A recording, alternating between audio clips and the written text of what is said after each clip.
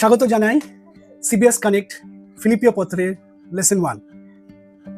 আপনি সবথেকে বেশি কখন আনন্দিত হন? আপনি যখন মোবাইল নিয়ে সময় কাটান, নাকি বন্ধু বান্ধবদের সঙ্গে সময় কাটান, নাকি কোনো মার্কস ভালো পেলে, স্কোর ভালো করলে, রেজাল্ট ভালো হলে আপনি আনন্দিত হন, নাকি আপনি আপনার চাকরি নিয়ে, আপনার বিজনেস নিয়ে আপনি খুব আনন্দিত করেন?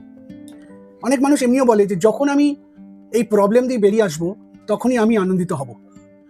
আজকে ফিলিপিওতে আমরা দেখি একটি এমন পত্র যেখানে আনন্দের বিষয় লেখা আছে, কিন্তু আশ্চর্যজনকভাবে বলি, যিনি লিখেছেন এই পত্রটি আর যে অবস্থাটি লিখেছেন সেই অবস্থাটি একদমই আনন্দর ছিল না।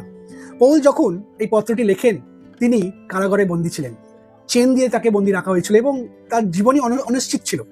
জানে না পরের দিন বা পরের মুহূর্তে অবধি তিনি বেঁচে থাকবেন কিনা, মৃত্যু তার নিকটে ছিল। কিন্তু যদি আমরা দেখি এই ফিলিপিও পত্রটি পুরো আনন্দে পরিপূর্ণ, আনন্দ নিয়ে বিশেষ করে পৌল তুলে ধরেন।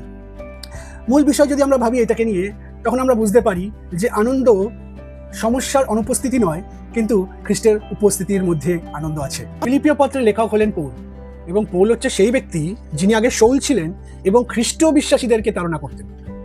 প্রেরিত 9 যদি আমরা পড়ি, সেখানে দেখি কিভাবে তিনি যিশুর সঙ্গে তার সাক্ষাৎ হলো এবং তারপরে তার জীবন রূপান্তরিত হলো। আর যখন তিনি এই চিঠি লেখেন, পত্রটি লেখেন ফিলিপিওদেরকে, তখন তিনি একটি রোমীয় কারাগারে বন্দী ছিলেন। কোনো স্বাধীনতা ছিল না, খুব খারাপ পরিস্থিতি, জীবনের কোনো নিশ্চিত ছিল না, মৃত্যু সামনে দেখা যাচ্ছিল, অন্ধকার, আর কোনো আশা ছিল না।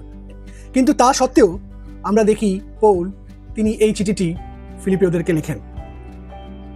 ফিলিপিও একটি ব্যবসা বাণিজ্যের একটি শহর ছিল এবং সেখানে রোমীয়দের বা রোমানসদের রাজত্ব ছিল, সেখানে ব্যবসা বাণিজ্য খুব বেশি করে হতো। পৌলের সঙ্গে ফিলিপিও মণ্ডলীর মানুষদের খুব ভালো সম্পর্ক ছিল। লিডিয়া বলে একজন মহিলা ছিলেন, যিনি ব্যবসায়ীও ছিলেন, তিনি পৌলের জন্য তার দরজা খুলে দিয়েছিলেন। আরেকটি ঘটনা দেখি আমরা, ভূমিকম্পর পর সেই জেলার এবং তার পরিবার যিশুতে উদ্ধার পায়, পরিত্রাণ পায়। মণ্ডলীর পৌলকে বিভিন্নভাবে সাহায্য করত, যেমন আর্থিকভাবে এবং আধ্যাত্মিকভাবেও, কারণ তারা পৌলকে অনেক ভালোবাসত। এটি কোনো নর্মাল চিঠি নয় বা কোনো ফর্মাল চিঠি নয়, কিন্তু এই চিঠিটা ছিল পৌলের আন্তরিক হৃদয়ের ভালোবাসার চিঠি সেই ফিলিপিও মণ্ডলীর প্রতি। পৌলের আনন্দ যদি দেখি, সেটা কোনো পরিস্থিতির উপর দিয়ে আসে নয়, কিন্তু একমাত্র খ্রিস্টের সঙ্গে সম্পর্ক দ্বারাই তিনি আনন্দ লাভ করতেন। আনন্দ কোনো পরিস্থিতির ওপর নয়, কিন্তু যিশুর ওপর নির্ভর করে। পৌল যখন তিনি এই পত্র লেখা শুরু করেন, তখন খুব ভালো পরিস্থিতি ছিল না। তিনি নালিশ দিয়ে, তিনি হতাশা দিয়ে, দুঃখ দিয়ে তিনি কিন্তু শুরু করতে পারতেন। তিনি হয়তো লিখতে পারতেন, দেখো আমি বন্দির মধ্যে আছি, চেনের মধ্যে আছি, অন্যায় অবিচার আমার সঙ্গে রোমীয়রা করছে, এবং অনেক কিছু দুঃখজনক বা হতাশাজনক বিষয় দিয়ে তিনি এই পত্র লিখতে পারতেন, শুরু করতে পারতেন। কিন্তু তিনি তা না করে তিনি তার পরিবর্তে তিনি আমাদেরকে এক উচ্চমান জীবনযাত্রা শেখাচ্ছেন। ফিলিপিও আমাদেরকে অ্যাকচুয়ালি খ্রিস্টীয় মন বা খ্রিস্টীয় মানসিকতায় আমাদেরকে জীবনে চলতে বলছেন। এমনকি এমন একটা মানসিকতা যেন আমরা অর্জন করি, আর সেটি হচ্ছে খ্রিস্টীয় মানসিকতা, খ্রিস্টের মন, যার মধ্যে আমরা শক্তি এবং আনন্দকে দেখতে পাই। যদি আপনার আনন্দ আজকে যদি আপনার চাকরির ওপরে, আপনার ব্যবসা অর্থের ওপরে থাকে, সে আনন্দ কখনো উপরে থাকবে, কখনো নিচে চলে আসবে। যদি আপনার আনন্দ আপনার স্বাস্থ্যের ওপর থাকে, সে আনন্দ খুব পলকা হতে পারে। যদি আপনার আনন্দ আত্মীয় স্বজন, পারিবারিক লোক, সমাজ, মানুষের ওপর থাকে, সে আনন্দ অস্থায়ী থাকতে পারে। কিন্তু যদি আপনার আনন্দ যিশুর ওপর থাকে, তাহলে আপনার চিরস্থায়ী এবং আপনার আনন্দ অবিচল হয়ে থাকবে। খ্রিস্টের দাসেরা উদ্দেশ্য নিয়ে বেঁচে থাকে, কোনো অহংকার বা কোনো গর্ব নিয়ে নয়। পৌলের জীবনে দেখি পৌল নিজেকে প্রেরিত না বলে নিজেকে দাস রূপে পরিচয় দেন। আর এই দাসের শব্দটি রোমীয় সমাবেশে খুব শক্তিশালী একটি শব্দ ছিল। তার মানে ছিল সম্পূর্ণভাবে আত্মসমর্পণ এবং বিশ্বস্ততা। কিন্তু পৌল বলছেন, আমি স্বেচ্ছায় যিশুর অন্তর্গত। দাসত্ব কখনো দুর্বলতা নয় এবং নম্রতা কোনো ক্ষতি নয়। খ্রিস্টের কাছে সমর্পণ হলেই আসল স্বাধীনতা। খ্রিস্ট যখন আমাদের জীবনে প্রভু হন, এমনকি কষ্টের সময়ও, তখন জীবনের দিক নির্দেশনা এবং অর্থ থাকে। অনুগ্রহ এবং শান্তি ঈশ্বরের প্রত্যেক দিনের যোগান। পৌল লিখছেন, আমাদের পিতা ঈশ্বর এবং প্রভু যীশু খ্রিস্টের কাছ থেকে তোমাদের অনুগ্রহ এবং শান্তি হোক। অনুগ্রহ হলো ঈশ্বরের অনার্জিত দয়া এবং শক্তি।